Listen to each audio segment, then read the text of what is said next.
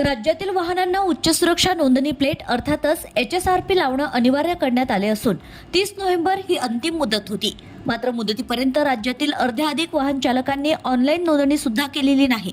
त्यामुळे शासनाने पुन्हा मुदतवाढ दिली असून आता 31 डिसेंबर 2025 पर्यंत वाहनांना नवीन नंबर प्लेट लावणं बंधनकारक केलंय। ही आतापर्यंतची 6वी मुदतवाढ आहे। ही विशेष आहे।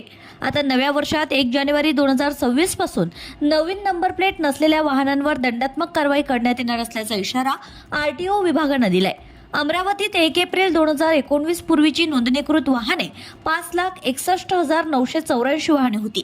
आतापर्यंत 1,56,461 वाहनांच्या वतीने नंबर प्लेटसाठी नोंदणी अर्थातच बुकिंग केली आहे। त्यापैकी 1,24,525 वाहनांना HSRP नंबर प्लेट बसवण्यात आली आहे। यापूर्वी शासनाने वाहन चालकांना 5 वेळा मुदतवाढ दिली आहे। मात्र वाहन चालकांनी पाहिजे तेवढं गांभीर्य दाखवलं नसल्याने नोंदणीवरून लक्षात आलंय। राज्य शासनाने वाहन चोरी रोखण्यासाठी आणि गुन्हेगारी रोखण्यासह सुरक्षा वाढविण्यासाठी प्रत्येक वाहनाला उच्च सुरक्षा नोंदणी प्लेट म्हणजेच HSRP अनिवार्य केली आहे। या नंबर प्लेट्स ॲल्युमिनियम पासून बनविण्यात आल्या असून त्यात अशोक चक्र, होलोग्राम, लेझर पिन आणि स्नॅप ब्लॉक सारखी वैशिष्ट्ये आहेत, जी त्यांची गुणवत्ता उच्च होण्यासाठी वापरण्यात आली आहेत। नवीन नंबर प्लेट बनवण्याचे कंत्राट 3 खासगी कंपन्यांना देण्यात आलंय।